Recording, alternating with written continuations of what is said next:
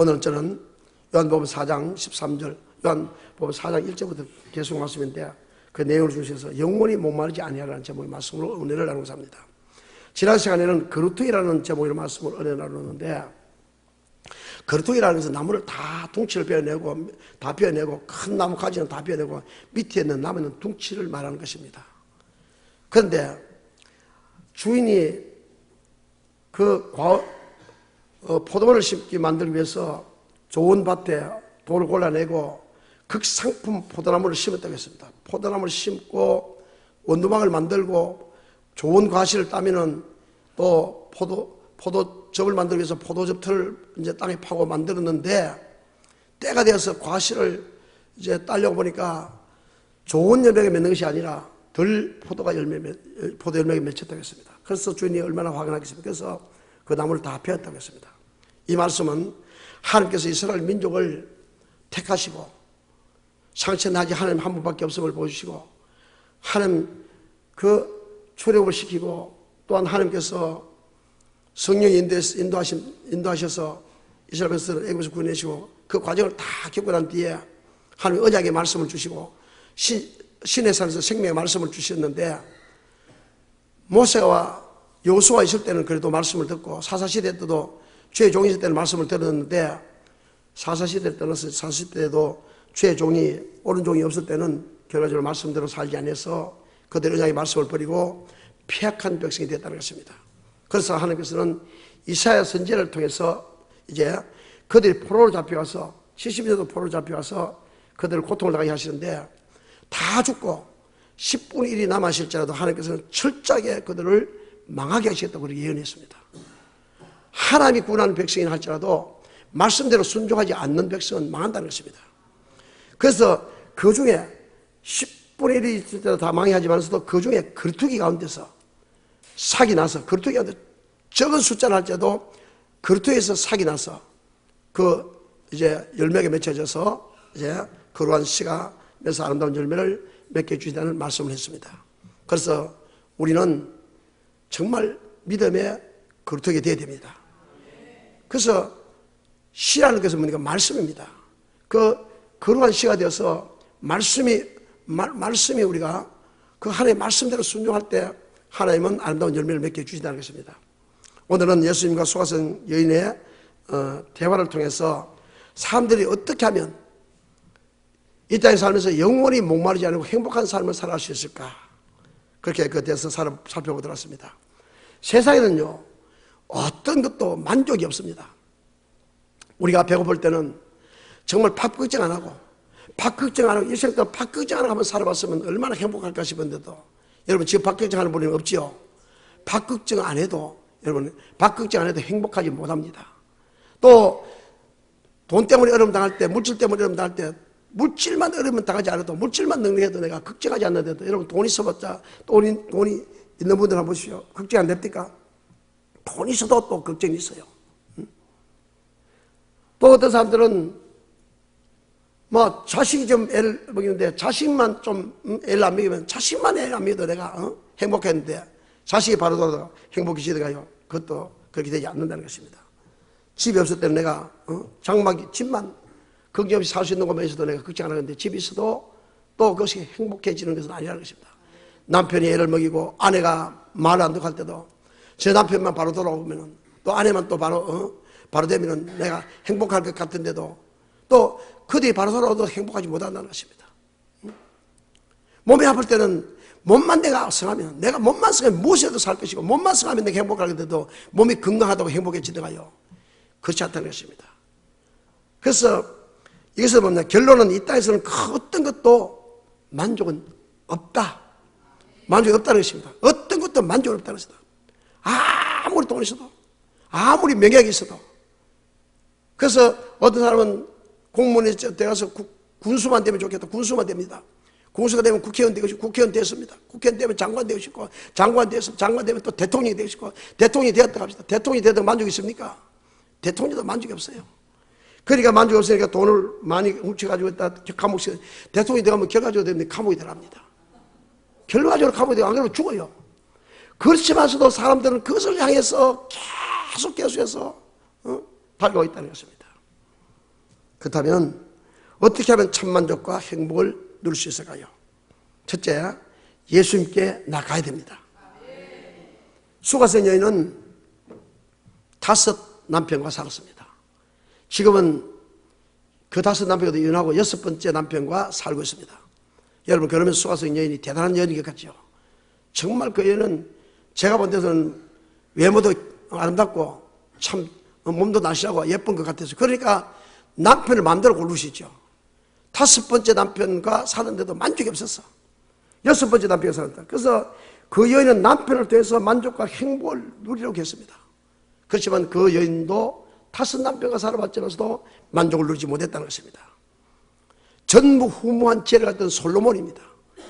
여러분, 솔로몬은 전무후무하다는 것은 뭡니까? 하나님 이후부터입니다.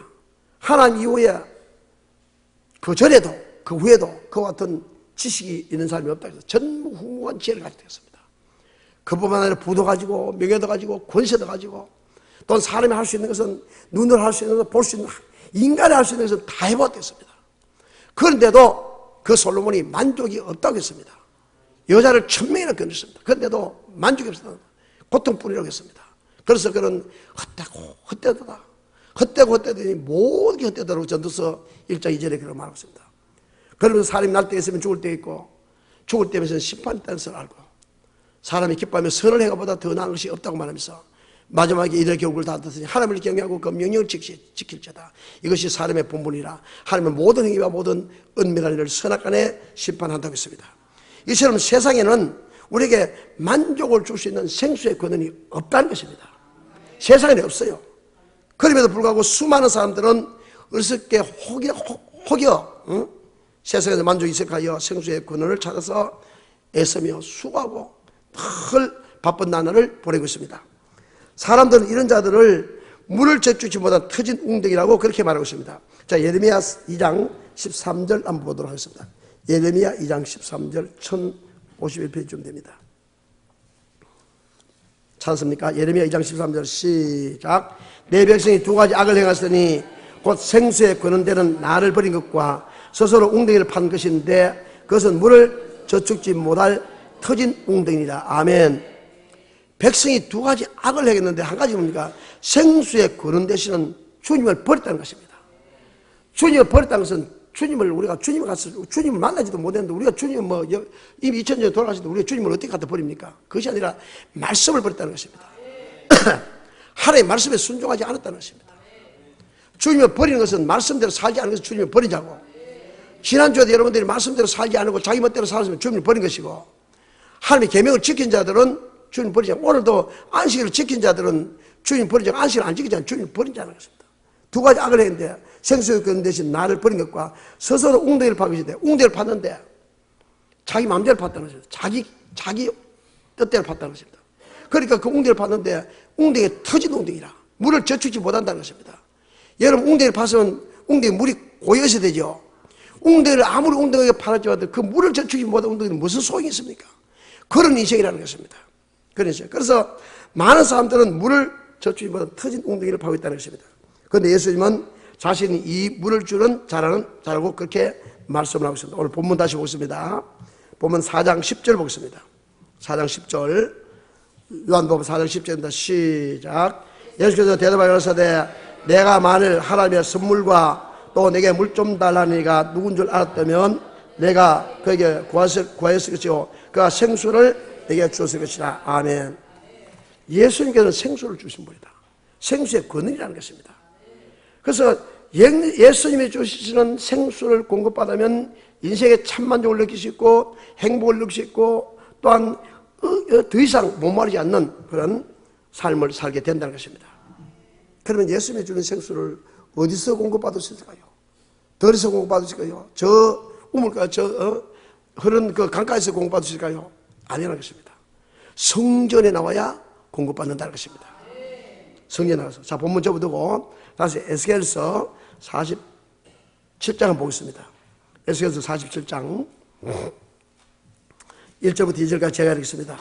그가 나를 데리고 전문에 이르시니 전에 전면이 동을 향하였는데 그 문지방 밑에서 물이 나와서 동으로 흐르다가 전 우편 재단 남편으로 흘러내리라. 성전 문지방 밑에서 물이 나왔다 했습니다. 물이 무엇입니까? 말씀 맞죠? 예, 물이 말씀입니다. 하나님의 말씀이 성전에서 흘러나오는 것이죠. 산에서도 아니고 저 내가에서 물을 마시는 게 아니고 오늘 성전에서 여기서 선포되는 말씀을 통해서 그래서 성전에서 물이 나왔다 했습니다. 그래서 문지방 밑에서 물이 나와서 동으로 흐르다가 전 우편 제단 남편으로 흘러내리더라. 그가 또 나를 데리고 북문으로 가서 바깥길로 말미암아 꺾여 동양한 바깥문에 이르시기로 본적 물이 그 우편에서 섬에 나오더라. 아멘. 성전에서 계속 물이 섬에 나온다 했습니다. 그런데 3절부터 같이 읽어보겠습니다. 시작. 그 사람이 손에 줄을 잡고 동으로 나가며 1,000척을 청량한 후에 나로 그 물을 건너하니 물이 발목에 오르더니 아멘. 말씀을 받았는데 이제 말씀이 이제 발목까지 올랐다는 것입니다. 발목까지 이제 찼다는 것입니다. 그 믿음이 조금 좀 자란다는 것입니다. 4절은 다시 1,000척을 청량하고 나로 물을 건너게 하시니 물이 무릎에 오르고 다시 1,000척을 청량하고 나로 물을 건너게 하시니 물이 흐려들고 이제 믿음이 점점 이제 말씀을 통해서 자라게 된다는 것입니다. 자, 5절 같이 읽겠습니다. 시작. 다시 1,000척을 청량하니 물이 내가 건너지 못할 강이 된지라. 그 물이 창이라여 헤엄할 물이요 사람이 능히 건너지 못할 강이 됐더라. 아멘. 성전에서 흘러나오는 물이 흘러나왔는데 점점 처음에는 발목까지 차고 무릎까지 차고 허리까지 찼는데 나중에 물이 창이 돼가지고 정말 헤엄을 쳐서 건너갈 수 있는 그건 건너가지 못할 그런 강이 됐다는 것입니다. 그래서 우리가 성령 말씀을 듣고 말씀이 우리 가운데 임하고 믿음이 자라게 되면은 우리의 삶은 주님이 주시는 그 생수로 만족할 수 있게 된다는 것입니다. 그런데 이런 강물이 흐르는데 강물이 흐르면 축복이 흐르는데 9절을 보면은 이 강물이 이르는 곳마다 번성하는 모든 생물이 살고 또 고기가 심이 많으니 이 물이 흘러 들어가므로 바닷물이 소성함을 얻겠고 이 강이 이르는 각처에 모든 것이 살 것이며 아멘. 강물이 흐르는 곳마다 번성했다고 했습니다. 생물이 살고 고기가 심이 많았다는 것입니다. 부요가 있다는 것입니다. 생명의 말씀을 통해 축복이 있다는 것입니다. 생명의 말씀을 통해서 가정이 복받고 자녀가 잘 되는 그런 축복, 사업이 잘 되는 축복, 건강한 복, 이런 복이 있다는 것입니다. 자, 12절 보겠습니다. 같이 읽겠습니다. 시작.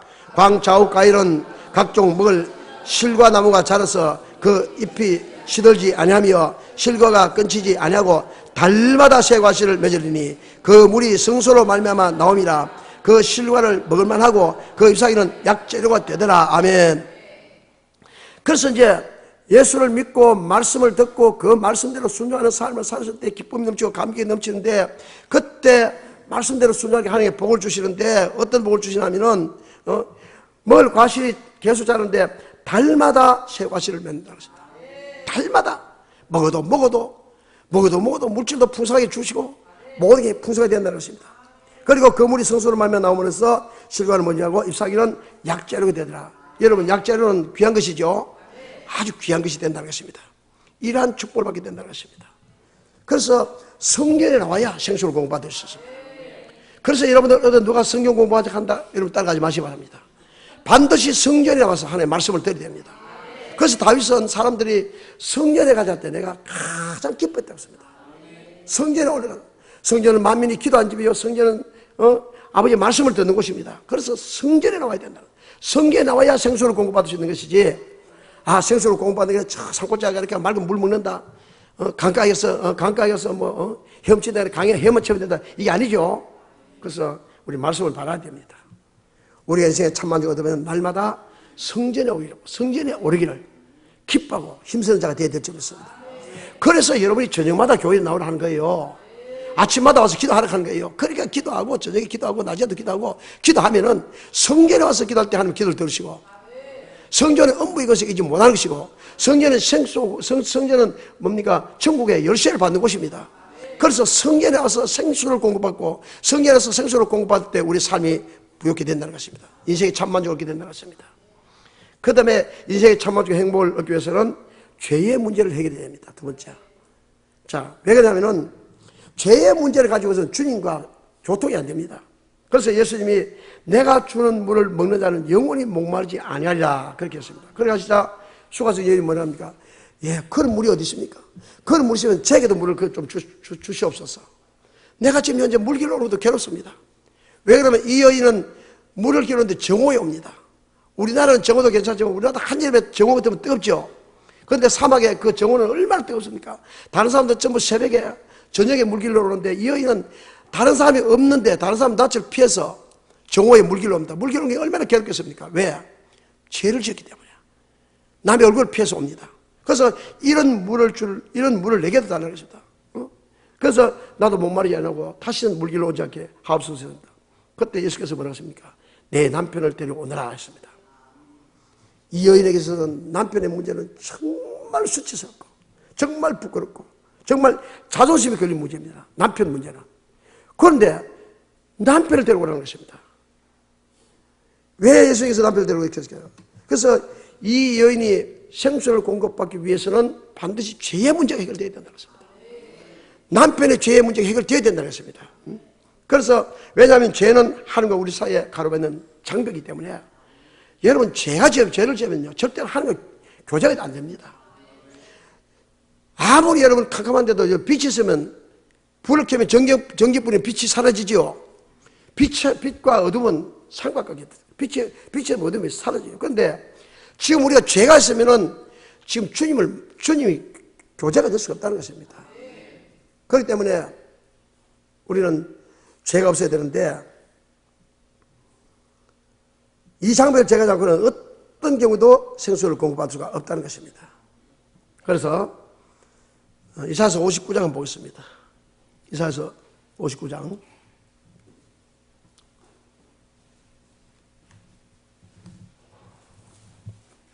1절부터 3절 보겠습니다. 죄가 문제가 해결되면 기도도 응답, 죄가 있으면 기도도 응답되고 주님을 만날 수도 없고 하는 것마다 안 되고 그렇게 된다는 것입니다. 이사야서 59장 1절부터 3절까지 함께 읽겠습니다. 시작. 여호와의 손이 짧아 구원치 못하심도 아니요 귀가 둔하여 듣지 못하심도 아니라 오직 너희 죄악이 너희와 너희 하나님 사이를 냈고 너희 죄가 그 얼굴을 가리워서 너희를 듣지 않으시게 함이니 이는 너희의 손의 피가 너희의 손가락의 죄악이 더러웠으며 너희 입술은 거짓말을 말하며 너희 혀는 악독을 바람이니라. 아멘. 하나님께서 우리를 구원해주고 싶어도 여러 가지 문제에서 구원해주고 싶어도 구원해줄 수가 없다는 것입니다. 하나님이 손이 짧아 구원하지 못한 게 아니라는 것입니다. 하나님은 어디 있든지 우리를 지켜주시고 보여주시는데 우리 지켜주시고 보여줄 수 없는 것은 손이 짧아 구원치 못한다 아니요 귀가 어두워서 듣지 못한다 아니라 부실고 기도할지라도 우리가 아무리 내가 이런 고통이 있습니다 좀 해결해 주셔야 되거든. 귀가 둔해서 귀가 막혀서 주님이 듣지 못한 게 아니라는 것입니다. 왜 그러냐? 오직 너희의 죄악이 너희와 너희의 하나님 사이를 냈다는 것입니다. 죄악이 사이기 때문에 죄가 있으면 절대로 아무리 주님 앞에 부르짖어도 기도도 응답되지 않고 문제도 해결되지 않는다는 것입니다. 그래서 너희 죄가 그 얼굴을 가리워서 너희를 듣지 않으시게 함이니 이는 너의 손의 피가 너의 손가락의 죄악이 더러웠으며 너의 입술은 거짓말을 말하며 너희는 악독을 바람이라. 그래서 죄가 지면요 절대로 죄가 있으면은 주님과 교통이 될 줄 아는 기도도 응답되지 않고 문제도 해결되지 않고 하나님이 어디라든지 지켜주시는데 지켜주지 않는다는 것입니다. 그렇기 때문에 우리는 첫째, 두 번째는 죄의 문제가 해결되어야 된다는 것입니다. 그래야 인생의 참 만족과 행복을 얻을 수 있다는 것입니다.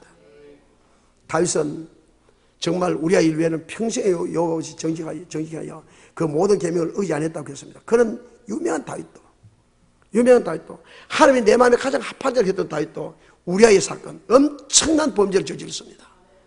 전쟁이 일어났는데 자기는 한가히 왕궁에서 거닐다가 그 자기의 신하 우리아의 그 장군의 그 아내를 데리다가 강간하고 간음을 하고 아이를 낳고 그것이 나중에 탈로 날까 싶으니까 사람을 보내서 결과적으로 그를 살인 청부까지 하는 엄청난 범죄를 저질렀습니다. 그런데 그 범죄를 저질 때 그가 고백한 내용이 10편 51편인데 한번 볼까요? 10편 51편 보겠습니다. 10절부터 보겠습니다. 자기가 그 고통 가운데 있을 때 10절부터 12절 시작. 하나님이여 내 속에 정한 마음을 창조하시며 내 안에 정직한 영을 새롭게 하소서. 아멘. 자기 마음속에 정한 마음이 없으면요 주님 앞으로 버림을 받을 수 있겠어요. 정한 마음을 창조해달라고 정한 마음을 주고 정직한 영을 새롭게 해달라고 했습니다. 여러분 우리 마음에 정직한 영이 있어야 돼요. 하나님 마귀는요 정직하지 못하게 합니다. 시기하고 질투하고 남이 안 되기를 좋아하고 비방하고 마귀는 계속 그렇게 해요. 또 도와주지도 아니하고 잘못되는 사람 보고 손뼉치고 잘 되는 사람 보고 배합하고 마귀는 그렇게 하는 것입니다. 그런데 정직한 영을 새롭게 해달라고 기도합니다. 하나님이 정직한 영을 주시지 않으면 우리의 정직한 영이 없어요. 선한 마음을 주시지 않으면 선한 마음을 가질 수가 없다는 것입니다. 그래서 다윗은 나를 주 앞에서 쫓아내지 마시며 버리지 말아달라는 것입니다. 주의 성신을 내게서 거두지 마소서. 주의 성신, 성령을 거두가시면은 결과적으로 주님의 살았음을 느끼지 못한다는 것입니다. 주님의 살아계신 것을 느끼지도 못하고 깨닫지도 못하고 강팍한 마음을 가지게 된다는 것입니다. 강팍한 마음을 가지게 된다. 그래서 12절에 보면 주의 구원의 즐거움을 내게 회복시키시고 자원하는 심령을 주사 나를 붙들어달라고 합니다. 나를 자원하는 마음, 자원하는 마음, 하나님을 섬기시는 마음 주고 스스로 베푸시는 마음, 그런 마음을 하나님이 주시는 마음은 선한 마음인데 그런 마음을 지금 다윗이 달라고 합니다. 이런 현상들은 그가 죄를 회개치 않음으로 인해서 생수를 공급받지 못하기 때문에 생기는 것입니다. 그래서 우리는 생수를 공급받아야 되는데 생수를 공급하기 위해서는 반드시 죄의 문제가 해결돼야 됩니다. 아무 내가 겉으로 거룩하다 할지라도 여러분 죄를 짓고는 절대로 문제가 해결되지 않는다는 것입니다. 기도도 응답되지 않고 하나님의 보호하심도 받지 못하고 얼음대로 오고 고통은 고통대로 온다는 것입니다. 말씀을 알지 못하면 고통당하고 살아갈 수밖에 없다는 것입니다. 그래서 이사야 1장 18절 보면은 여호와께서 말씀하시되 우리가 서로 변론하자. 너의 죄가 주홍같이 붉을지라도 양털같이 해주고 흰 눈같이 해주셨다고 그렇게 말씀했습니다. 너의 죄가 주홍같이 붉을지라도 진홍같이 붉을지라도 양털같이 되라. 내가 너희가 내 앞에 나와서 죄를 토설하고 회개하고 자복하고 하나님 내가 잘못했습니다. 이번에만 하는 것이 아니라 다시 그 길로 가지 않으면은 반드시 하는 것은 네가 아무리 죄를 지었다 할지라도 너희 죄 주홍같이 붉을지라도 양털같이 흰눈같이 과거는 묻지 않는다는 것입니다. 그래서 하나님은 좋으신 하나님입니다. 우리 사람들은 우리 잘못했을 때 보면 야, 너 내가 그렇게 잘못했는데 내가 잘못했는데 미안하다 하면서 어떤 사람 받아들인 사람도 있지만 어떤 사람들은 나 네 꼬라지 보기 싫게 칼 사람 있죠. 그런데 하나님은 그렇지 않다는 것입니다. 아무리 우리가 잘못해도 너희 죄가 진홍같이 붉을지라도 흰눈같이 희게 해주셔야 됐습니다. 그럼 우리가 영혼의 만족을 위해서는 목마르지 않는 생수를 공부하기를 원한다면 반드시 자신의 모든 죄를 주 앞에 매일 나와서 회개하고 토설하고 회개해야 된다고 했습니다. 그렇게 할 때 하나님께서는 우리 죄를 용서해 주시고 하나님이 가까이시고 기도를 들으시고 응답해 주시고 어디를 가든지 지켜주시고 보호해 주신다는 것입니다. 만일 그렇게 하지 않으면 안 된다는 것입니다. 자, 시편 32편 보겠습니다. 시편 32편. 다윗이 이제 또 고백하는 것인데 32편 3절부터 5절까지 보겠습니다. 함께 읽습니다. 시작. 내가 토설치 않을 때에 종일 신음함으로 내 뼈가 쇠하였도다. 주의 손이 주야로 나를 누르니 내 진액이 화하여 여름 가물에 마름같이 되었나이다. 내가 이러기를 내 허물을 여호와께 자복하려 하고 주께 내 죄를 아뢰고 내 죄악을 숨기지 아니하였더니 곧 주께서 아멘. 아무리 우리가 잘못했더라도 우리 주님 앞에서 자기의 죄를 토설하고 또 죄를 아뢰면은 주님께서 모든 죄를 사해 주시다고 했습니다. 그러나 내가 토설치 아니할 때에 여러분 사람 앞에 나가면 내가 뭐 잘못했습니다 하는 건 하기 힘들죠. 그러나 주님 앞에 나오면 여러분 얼마나 할 수 없습니다. 그런데 이 다윗이 토설치 아니할 때는 종의 신음으로 내 뼈가 쇠할 정도로 그리고 주의 손이 주야로 나를 눌렀다 했습니다. 여러분 사람이 자기를 한번 눌러도 고통스럽겠죠. 주의 손이 밤에도 누르고 낮에도 계속 주야로 누르면 얼마나 고통스럽겠습니까? 고통이 견딜 수 없다. 주야로 나를 누르니 네 진액이 화하여 여름 가물에 마름같이 됐다. 여름에 2-3달 가물었는데도 여러분 바싹 말랐는데도 바싹 말랐는데 그 무엇도 말게 그렇게 마르게 됐다는 것입니다. 내가 이러기를 내 허물을 여호와께 자복하려 하고 여러분 반드시 여러분 아무리 잘못했다 할지라도 하나님 앞에 여러분 죄를 자복하시기 바랍니다. 안식일을 지키지 않는 것 자복하시고 말씀대로 살지 않는 것 자복하시고 용서하지 않는 것 자복하시고 하나님 앞에 더러운 물질 든 것도 자복하시기 바랍니다. 이만하면 되겠지. 자기 생각 자기 방법대로 하면 여러분 안 됩니다. 생수를 공급하지 못해요. 생수를 공급하지 못하면 인생은 고통과 고난밖에 없다는 것입니다. 내 죄를 아뢰고 내 죄악을 숨기지 아니했더니 주께서 내 죄악을 사하시나이다. 아멘. 자, 잠언서 28장 한번 볼까요? 잠언서 28장 13절 보겠습니다.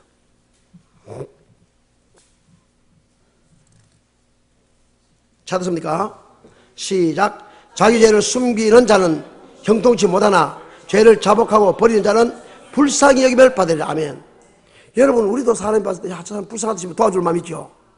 그런데 자기 죄를 숨기는 자는 형통치 못한다는, 절대로 안 된다는 것입니다. 그러나 죄를 자복하고 버리는 자는 주님께서 불쌍히 긍휼을 베풀어 주셔서 도와주시고 보여주신다는 것입니다. 그러니까 여러분들 반드시 여러분들 날마다 성경에 나와서 지은 죄를 자복하시기 바랍니다. 하나님 모르겠시겠지. 또 하나님 이 정도는 뭐 용서해 주시지. 그래 하지 말고 늘 자복한다는 문제가 기도하고 말씀에서 돌이켜야 된다는 것입니다. 그래 할 때 하나님이 함께 하신다. 그래서 이것만으로 생수를 공부할 수 있느냐? 또 그것도 아니라는 것입니다. 그러면 어떻게 하면 생수를 공부할 수 있는가? 신령과 진정으로 예배를 드려야 생수를 공부할 수 있다는 것입니다. 그래서 주님께서는 이 여인이 이런 물을, 내가 주는 물은 영원히 목마르지 않다. 이런 물을 나에게도 주옵소서. 내가 이 물을 길러 오지 않게 하옵소서. 그렇게 하니까 예수께서 내 남편을 데려오느라 했습니다. 그러니까 이 여인이 자존심이 얼마나 상했습니까? 처음 만난 유대 사람이 자기는 생면 한 번도 보지 못한 그 남자가 자기 대화하는 것도 좀 이상하다 했는데 어떻게 남편을 데려오느냐. 그래서 남편은 자존심입니다. 그렇기 때문에 가장 큰 죄입니다. 5번째 남편 바꿨습니다. 그러니까 아니요, 저 남편이 없는데요. 그때 예수님이 뭐라고 하십니까? 그래, 네 남편이 없다는 말이 맞다. 처음 만났는데 지금 그래 남편이 없으면 맞다 하는데 그때는까지 괜찮은데 네 남편이 5이 있었지. 5 남편과 네가 살다가 이혼했지. 근데 지금은 이혼하고 6번째 남편은 결혼도 하지 않고 살고 있으니까 네 남편이 없다면 맞다. 이렇게 말하니까 이 여자가 깜짝 놀랄 수밖에 없습니다. 여러분, 자신의 과거를 다 한다고 한번 생각해 보세요. 얼마나 놀라겠습니까? 자신의 가장 수치스럽고 가장 수치스러운 과거, 이거를 생면부지의 사람이 와서 과거를 다 알고 있으니까 깜짝 놀랐습니다. 아니 어떻게 당신이 그 과거를 나의 과거를 합니까? 당신은 선지자라는 소리다. 그렇게 말합니다. 고백합니다. 그러고 나서 이제 이 남자가 이제 예수님인지 몰라요, 이분이.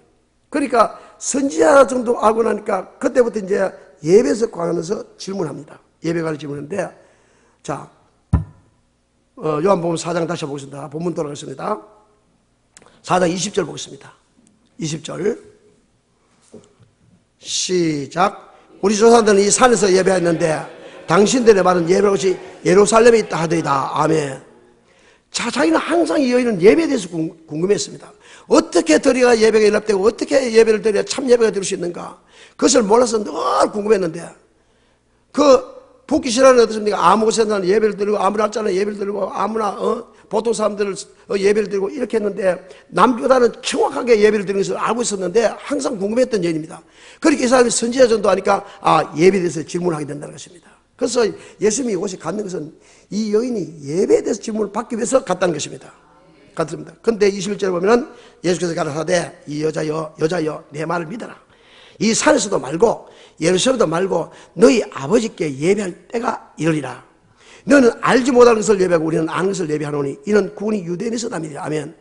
반드시 유대인들이 남유다에서 예배드리는 그대로 예배를 드려야 돼요. 반드시 성전에서 예배를 드리고 반드시 안식일날 예배를 드려야 되고 반드시 삶과 예물을 가지고 예배를 드려야 되는 것을 정확하게 알아야 된다는 것입니다. 그래서 많은 사람들은 예배를 알지 못하고 예배를 드리고 있다는 것입니다. 알지 못하고 예배를 드리니까 예배가 연합되지 않으니까 성이 나고 분이 나고 지멋대로 살고, 알고 예배를 드려야 되는데 너희는 알지 못하고 예배는 우리는 아는 것을 예배 된다는 것입니다. 우리 교회는 예배가 어떻게 하시는 것을 7가지 어디서 왜 어떻게 되어 참 다 알고 있잖아요. 알고 있으면서도 못된 사람이 있겠지만서도 우리는 알고 예배되는 것이 얼마나 중요하다는 걸 알아야 된다는 것입니다. 그래서 너희는 알지 못하는 것을 예배하고 우리는 아는 것을 예배하노니 이는 구원이 유대인에서 남이라. 23절 24절 같이 읽겠습니다. 시작. 아버지께 참으로 예배하는 자들은 신령과 진정으로 예배할 때가 오나니 곧 이때라. 아버지께서는 이렇게 자기에게 예배하는 자를 찾으시니라. 하나님은 영이시니 예배하는 자가 신령과 진정으로 예배할지니라. 아멘. 신령과 진정으로 예배한다. 신령은 성령입니다. 진정은 진리입니다. 그러니까 진리를 구별하면서 아버지의 말씀이 진리다. 그래서 성령의 인도하심을 따라서 자기 생각과 자기 방법대로 하고 성령의 인도하심을 받아서 말씀대로 순종하는 삶을 살아 드린 것이 예배라는 것입니다. 여러분 지난주에 말씀대로 살았습니까? 말씀대로 순종한 삶. 그래서 물질뿐만 아니라 삶도 말씀드린 삶을 살아야 된다는 것입니다. 그래서 신령과 진정으로 예배한다. 그래서 신령과 진정으로 예배하는 사람을 찾는다고 그렇게 말씀했습니다. 신령과 진정으로 예배하는 사람을 하나님께서 찾는다는 것입니다. 자, 그런데 로마서 12장 1절에 보면은 너희 몸을 하나님 기뻐하시는 거룩한 산제소다. 이런 너희들을 영적인 예배라. 너는 이 세대를 본받지 말고 마음을 새롭게 함으로 변화를 받아 하나님의 선하시고 기뻐하시고 온전한 뜻이 무엇인지 분별하도록 하라 그러겠습니다. 그래서 이처럼 신령과 진정으로 예배 드릴 때, 즉 성령의 도우심으로 성령의 인도심 받아서 반드시 말씀대로 순종하는 삶을 살아서 예배를 드릴 때 그 하나님은 그 예배를 받으시고 그 예배를 드리는 그런 사람들을 찾고 계신다는 것입니다. 그래서 예수님께서 생수를 받기를 공부하는 수가성 여인에게 남편 문제를 먼저 덜쳐냈는데 그녀는 예배 덜쳐내서 예배 문제를 이제 꺼내게 하시면 결국 그 여인이 신령과 진정으로 예배를 드리기 위해서라는 것입니다. 그래서 예배를 통해서 생수를 공급받는 것을 알 수 있다는 것입니다. 그래서 우리가 예배를 앉아 있으면 예배드리는 것이 아니고 넥타이만 매고 그저 한 주간에 더럽게 살다가 주님 앞에 나와서 앉아 있으면 예배 드렸다. 일부 예배면 드리고 많은 사람들이 일부 예배 드리고 2부 예배 안 되는 교회가 얼마나 많은지 모릅니다. 지금도 인터넷에서 예배를 드리는 사람도 있습니다. 이것은 정말 죽을 짓 하고 있습니다. 많은 사람들이 목사들이 그렇게 가르치니까 목사들이 그렇게 할 수밖에 없고 바쁘니까요. 일부 예배 드리고 가십시오. 농촌에 가십시오. 그렇게 하고 있는데 여러분 그런 것은 예배가 연락되지 않는다는 것입니다. 반드시 우리는 그래서 수가성에 찾아간 예수님이 수가성에 찾아간 이유가 무엇입니까? 바로 이 여인에게 예배를 옳게 드리기 하기 위해서 예배를 가르치기 위해서 그렇게 찾아갔다는 것입니다. 말씀을 맺겠습니다. 사람은 누구나 다 행복하기를 원합니다. 여러분 불행하기를 원하는 분 아무도 없죠? 나는 정말 불행하기를 원한다. 이런 사람 아마 세상에 아무도 없을 것입니다. 어떤 데 보니까 어떤 사람은 나는 결혼 안 한다. 왜 결혼 안 하려고 합니까? 결혼하기를 원하지만 내가 가지고 있기 때문에 불행하지 않기 위해서 결혼 안 한다고 합니다. 여러분 그런 사람이 잘못됐습니다. 나는 행복할 것이다. 나는 집 없지만서도 잘 살 것이다. 잘 될 것이다. 반드시 내가 하나님의 말씀대로만 살면은 반드시 하나님 내 축복해 주신다. 잘 된다. 이러게 되는데 우리 아버지가 가난하고 나는 가지게 되기 때문에 나는 불행해서 나는 결혼 안 한다. 나는 이미 못 산다. 인생을 포기하고 사는 사람들은 가장 어리석은 사람들입니다. 늘 성령에 나와서 생수를 공급받고 기쁨과 감격으로 살아가면은 반드시 하나님께서 어디를 가든지 함께 해주시고 무엇이든 형통케 해주시고 교통사고가 나서 개구자 떨어져도 하나님께서 머리털 하나 다치게 해주시고 도로에서 교통사고가 차가 디비져도 손가락 하나 안 다치도 해주시는 그 하나님이세요. 어디를 가든지 지켜 보여주는 하나님인데 뭘 여러분 걱정하십니까 여러분? 걱정한다고 해서 하나님이 안 계시기 때문에 걱정하는 것이고 하나님을 모르기 때문에 걱정하는 것이지 하나님을 아는 사람은 걱정할 필요가 없다는 것입니다. 우리가 뭘 걱정해야 됩니까? 왜 두려워야 됩니까? 두려워하는 것은 여러분 말씀대로 사나 말씀대로 살면 이걸 두려워야 됩니다. 가장 중요한 것은 내가 말씀대로 살지 못한 것 때문에 두려워. 말씀대로 살지 못한 것 때문에 가슴을 쥐게 둬야 됩니다. 오늘 내가 범죄를 했습니다. 하나님 아버지 내가 범죄 안 할 텐데 어째가 또 범죄를 했습니다. 다시는 죄 안 지겠습니다. 정말 죄 안 지겠습니다. 통해하고 잡아하고 다시 죄 안 지도록 애쓰고 힘쓰고 그러다 보면 죄 안 질 수 있습니다. 근데 죄를 지어도 보통으로 생각하고 왜다 그럴 수도 있지 뭐. 사람이 살다 보면 어떻게 딱 빠르게 다 살 수 있나. 나 그렇게 할 수 있지. 하나님도 뭐 우리 그거 다 하시니 다 용서해 주시겠지. 무슨 용서해 주시고 그게 아니라는 것입니다. 조금만 잘못해도 하나님 내가 이거 잘못했습니다. 용서했습니다. 내가 주일에 안식일을 지난주 안식일을 지키지 못했습니다. 용서해 주십시오. 다시는 안식일을 범하지 않겠습니다. 내가 남을 사랑하겠습니다. 하나하나 전부 따지면서 용서를 하고 참 회개하고 통회하고 자부하면은 하나님께서 너 이제 종같이 부르짖어 양태가 지롱같이 부르짖어 흰눈같이 해주셨다고 이사야서 1장 18절에 그렇게 말씀하셨는데도 우리는 내 생각대로 세워서는 안 된다. 그래서 늘 성경에 나와서 죄를 잡아하고 늘 생명의 말씀을 들어야 된다는 것입니다. 그래서 세상에 있는 것들은 결코 우리에게 참 만족을 주지 못합니다. 오직 예수께서 주시는 생수만이 우리의 갈급함을 채워줄 수 있다는 것입니다. 그리고 저와 여러분들은 세상 것들을 통해서 참 만족을 얻는 그런 어선자가 한 사람도 없게 되시길 바라겠습니다. 하나님은 첫째 성전을 통해서 생수를 공급해 주시다고 했습니다. 다윗이 그래서 날마다 성전을 사모했습니다. 그래서 우리는 먼저 생수의 그런 데서는 예수께 찾아 나와야 됩니다. 에스겔서 보면은 성전 문지방이부터 이제 물이 흘러나와서 이제 물이 발목을 차고 또 무릎을 차고 허리까지 차고 나중에 창인하게 되어서 헤엄칠 무리까지 되었다고 그렇게 말해서 나중에 건너지 못할 물이 되었다고 했습니다. 이런 축복자가 되어야 될 줄 믿습니다. 그래서 항상 우리는 생수를 공부받아서 우리 삶이 형통이 되고 또한 삶이 부유하게 되는 그런 역사가 있을 줄 믿습니다. 두 번째, 날마다 죄를 회개해야 된다고 했습니다. 죄가 있으면 주님을 만날 수도 없고, 죄가 있으면 기도도 응답되지 않을 뿐만 아니라 절대로 죄가 있으면 생수를 공급받지 못한다고 했습니다. 나 자신의 죄를 늘 회개하고 돌이키면 반드시 하는 것은 우리의 모든 죄를 용서해 주시고 회복해 주신다고 그렇게 말씀했습니다. 자, 하나님이 이래서 좋으신 하나님인데 신명기 30장 보겠습니다. 신명기 30장.